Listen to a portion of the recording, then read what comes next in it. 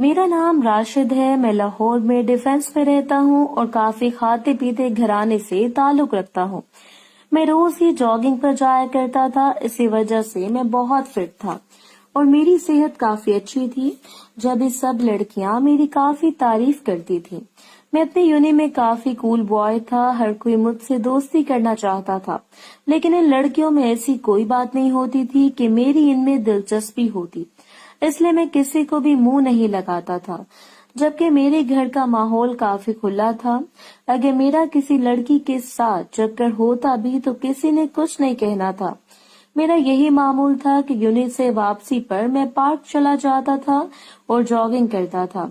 इसीलिए अपनी 22 साल की उम्र से कुछ ज्यादा ही लगता था, क्योंकि मेरी अच्छी खासी बॉडी बनी हुई थी। मेरी यूनिट के दोस्त मुझे काफी तंग करते थे कि मुझे भी अपनी जिंदगी में कुछ फन करना चाहिए और किसी के साथ एंजॉय करना चाहिए।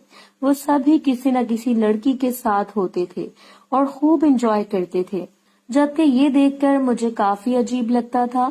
एक दोस्त ने मुझसे बात की कि वो भी मेरी तरह लड़कियों में दिलचस्पी नहीं लेता, लेकिन इसका फोकस बड़ी उम्र की आंटियों में होता।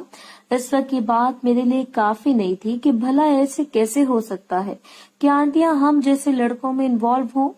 मैं अपने दोस्त की बात पर ही सोचता रहता था और आंटियों का तस्वुर अपने जहन में करता, तो इस बात से इनकार ना कर पाता कि वो ज्यादा हसीन होती हैं। दोस्त ने मुझे बहुत बार ऑफर की कि इसके साथ इसके घर चलूं, पर मैंने ऐसा मना कर दिया था और अपनी वही रूटीन अपनाता था।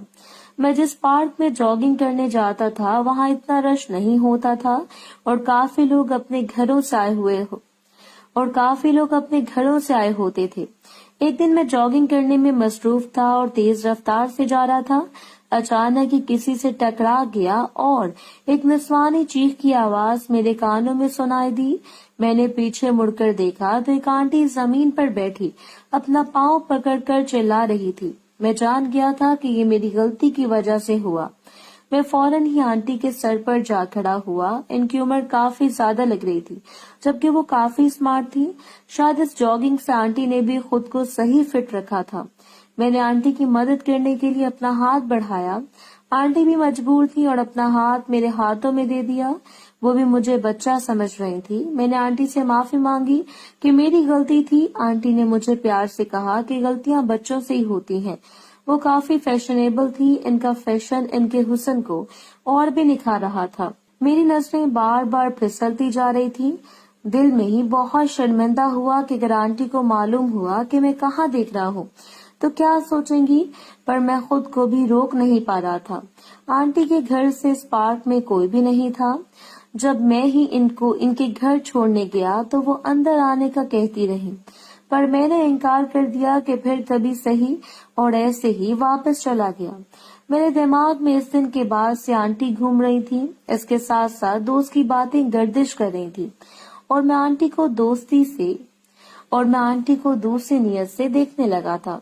मैं जानता था कि ये गलत है, पर फिर भी मेरी बेचैनी बढ़ने लगी थी।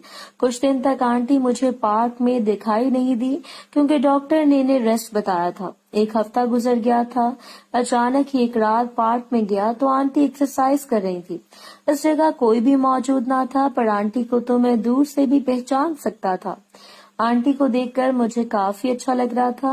वो स्टील्स में काफी माहिर थी। मैंने सोचा आंटी से इनके पाँव का हाल पूछना चाहिए। यही सोचकर मैं इनके पास चला गया। आंटी काफी खुश हुई थी कि मैंने इनका हाल पूछा है। इन्होंने मुझे अपने साथ बिठा लिया। इनका लिबास पसीने से गीला था, क्योंकि इन्होंने ताजी ताजी एक्सरसाइज की थी। इस हुलिये में देखकर मुझे अजीब लग रहा था, पर आंटी काफी खुश मिजाज थी। जब भी मुझसे इधर उधर की बातें करने लगी, मैंने आंटी को अपनी उम्र बताई तो वो काफी हैरान हुई कि मेरी उम्र छोटी सी है और मैंने अपने आप को भी काफी फिट रखा हुआ है। मेरा घर वगैरह पूछकर वो वापसी के लिए जाने लगी थी। मेरा दिल कर रहा था कि वो मेरे सामने ही बैठी रहती और मैं वैसे ही इन्हें देखता रहता, लेकिन आंटी चली गई थी। अब मेरा रोज का मामूल बन गया था। अपने दोस्त को बताया कि एक आंटी तो मुझे मिल गई है, तो वो शौक हुआ और पूछने लगा कि काम कहाँ तक पहुँचा है। जब मैं इसकी बात समझकर हैरान हो गया, मेरा कोई वहां तक पहुँचने का इरादा न था।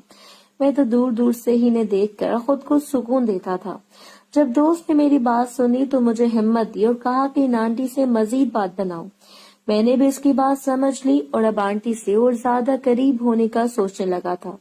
आंटी मुझे काफी फ्री लगती थी। पहले मैं 5 मिनट इन्हें दूर से देखता था, इसके बाद इनके पास जाता था। एक दिन आंटी से पूछ लिया कि वो क्या करती हैं।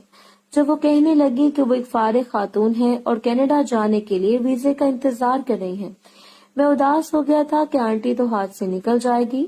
आंटी ने अपने शौहर का बताया कि इनका शौहर कनाडा होता है और एक अच्छी जॉब कर रहा है।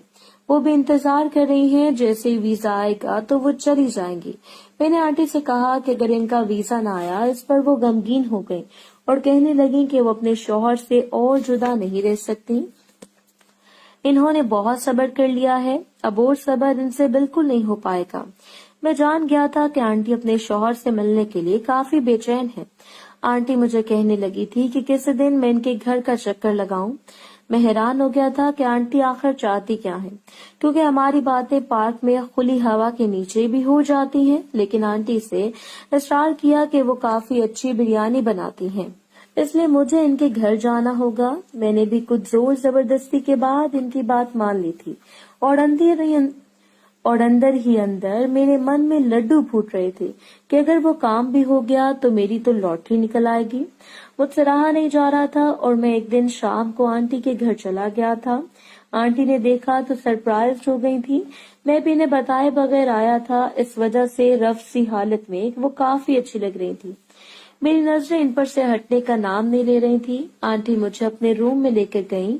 इनका घर काफी अच्छा था। इनके रूम में एक बेड था जिधर मैं बैठ गया था। आंटी मुझसे कहने लगी कि अगर लेटना चाहो तो लेट सकता हूँ। इस बात पर मुझे काफी अजीब लगा था कि आंटी बिरयानी बनाने चली गई। मेरा दिल किया था कि इनके रूम की हर चीज देखूं। मैंने आंटी के कपड़ों वाले खाने को देखना शुरू किया। आंटी के लिबास देखकर मेरी हालत और भी गैर होने लग गई थी। हर किस्म के लिबास इनके पास मौजूद थे। कुछ देर बाद ही आंटी ने बिरयानी बना ली थी। मैं बाहर जाना चाहता था जब आंटी ने मुझे वहीं रहने का कहा कि खाना वो अंदर ही लाएंगी। हम दोनों ने एक साथ बैठकर खाना खाया। इसके बाद ही आंटी ने मुझे बोतल की ऑफर की, पर मैंने इनकार कर दिया था क्योंकि मैं बोतल से परहेज कर रहा था। मेरे इनकार पर आंटी का मुंह बन गया था। मुझे अच्छा न लगा जब मैंने कह दिया कि अगर वो बोतल पिलाना चाहती हैं तो ले आए। आंटी खुशी खुशी बाहर चली गई। कुछ देर बाद जैसे ही वापस आई तो इनके हाथ में एक ही गिलास था जिसमें बोतल थी। मैंने आंटी से पूछा कि इनका गिलास कहाँ है।